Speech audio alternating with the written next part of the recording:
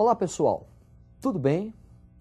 Na aula de hoje nós vamos tratar da República Oligárquica ou República Velha. Preste atenção nessas gravuras.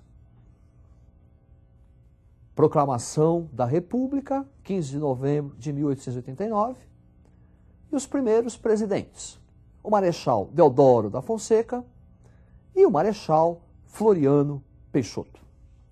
A República Velha está dividida em dois períodos. República da Espada, que é o momento da presidência de Deodoro da Fonseca e Floriano Peixoto, período de consolidação das instituições republicanas, e República Oligárquica, domínio dos proprietários de terra, os fazendeiros de café. Vamos começar a analisar o governo de Deodoro da Fonseca. Observe a tela. Deodoro da Fonseca e a grande naturalização, quando estrangeiros vão receber a cidadania nacional. Separação do Estado e Igreja e a elaboração da primeira Constituição Republicana de 1891. A Constituição de 1891 vai trazer para o Brasil o regime republicano e federativo. Observe os aspectos da Constituição. Constituição de 1891 e suas principais características. O estabelecimento da federação, federalismo, o chefe dessa federação, o presidente da República, existência de três poderes: executivo, presidente e os ministros, legislativo, deputados e senadores, e judiciário. Eleição direta e estabelecido o voto aberto. Voto aberto, não secreto, o que vai dar margem para as fraudes eleitorais no período oligárquico. A República da Espada também é marcada pelo encilhamento, uma tentativa de Rui Barbosa, nosso primeiro-ministro da Fazenda, de procurar industrializar o Brasil. Observe seus aspectos. Encilhamento, caracterizado pela emissão de papel moeda, aumentar o meio circulante para investimento nas atividades industriais e agrícolas. Especulação financeira, surgimento de um monte de empresas, sociedade anônimas, a desvalorização da moeda por conta desse emissionismo e o resultado, a inflação. Muita emissão de moeda, o que vai acarretar a desvalorização dessa moeda e um processo inflacionário, encilhamento. Também na República da Espada, nós vamos ter as revoltas da Armada. Armada era o nome que a Marinha tinha no século XIX. Uma revolta no período do Deodoro, outra revolta no período do Floriano Peixoto. Observe o quadro. Primeira revolta da Armada é uma reação contra Deodoro da Fonseca, que fechou o Congresso Nacional.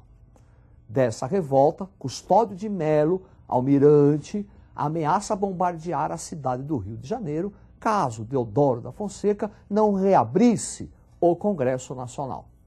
Deodoro não reabriu o Congresso e renunciou.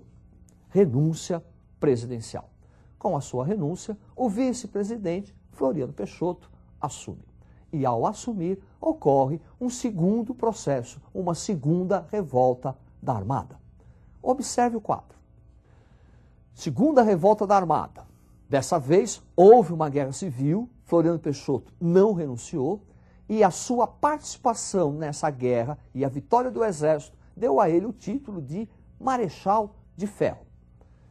Floriano Peixoto também vai pacificar o estado do Rio Grande do Sul, que encontrava-se em guerra civil, a chamada Revolução Federalista.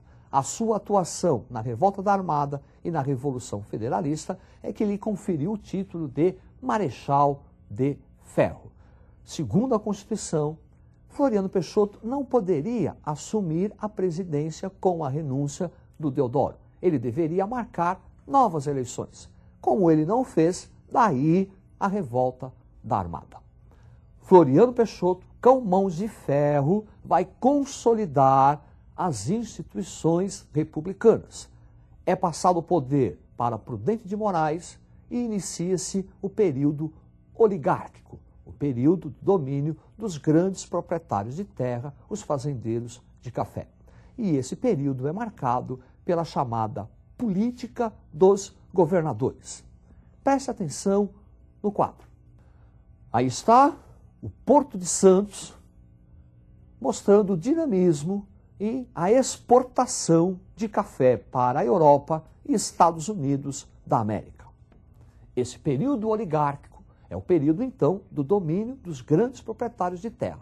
Nós vamos analisar a estrutura política, a estrutura econômica e social desse período. Primeiro, política dos governadores. Preste atenção no quadro.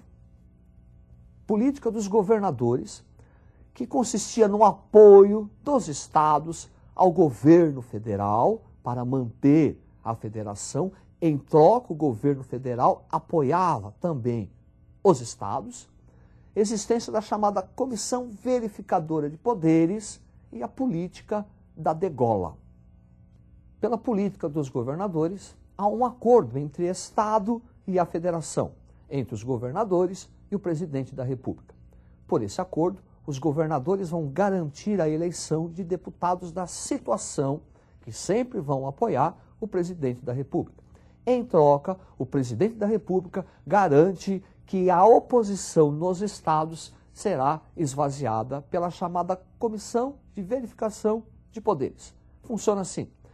Se algum deputado da oposição vencer a eleição, a Comissão de Verificação não entrega o diploma, alegando fraude eleitoral. É a chamada política da degola. Dessa forma, o governador não tem a oposição local e o presidente não tem a oposição no Congresso Nacional. E o ponto de referência para a fraude eleitoral era o coronel. Preste atenção no quadro. Coronelismo, que representa o poder dos chefes políticos locais que vão se encarregar da fraude eleitoral, o chamado voto do cabresto. Agora, nós vamos ter que tratar das atividades econômicas que vão se desenvolver na República Velha. Observe o quadro. Café, principal atividade econômica. Política de valorização do café, baseada na estocagem do excedente do café, desvalorização da moeda e a socialização das perdas. A produção do café era muito grande, o que provocava a queda do preço no mercado internacional. Pela política de valorização, o governo federal compra o café, estoca, provocando a sua falta no mercado e depois vende quando o preço estiver bom. E também uma política de desvalorização da moeda. Eu desvalorizo a moeda, o que vai beneficiar a exportação, mas não beneficia a importação. Esse processo de desvalorização da moeda realiza a socialização das perdas. Além do café, outras atividades agrícolas desenvolveram-se no período. Observe. A borracha e o cacau. Borracha, Amazonas, cacau, Bahia. Utilização da mão de obra de origem nordestina, fugindo da seca. Essas duas atividades vão trazer imensas fortunas e uma rápida decadência em virtude da concorrência estrangeira. Além do café, borracha e cacau, além das atividades agrícolas, houve também o desenvolvimento da atividade industrial. Observe o quadro. Política de substituição de importações em virtude da Primeira Guerra Mundial. Os principais países capitalistas em guerra e o Brasil passa a produzir aquilo que antes era importado. Desenvolvimento do setor industrial, especialmente a indústria têxtil, desenvolvimento da classe operária e da questão social. Questão social que envolve capital e trabalho, que envolve as tensões entre patrão e empregado. Na República Velha, nós vamos ter os movimentos sociais, que podemos dividi-los em dois tipos: movimento social rural e movimento social urbano. Nesta aula, trataremos dos movimentos sociais rurais. Os urbanos ficam para uma próxima aula. Observe o quadro.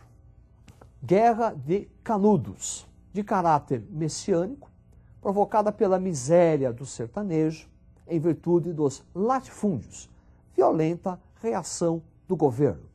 Caráter messiânico, porque Antônio Conselheiro, além de fazer as suas pregações, ainda auxiliava os sertanejos que viviam na miséria. O governo federal vai ter que enviar 4 expedições para destruir Monte Belo. Um outro movimento, muito semelhante, ocorreu no sul do Brasil. Observe o quadro.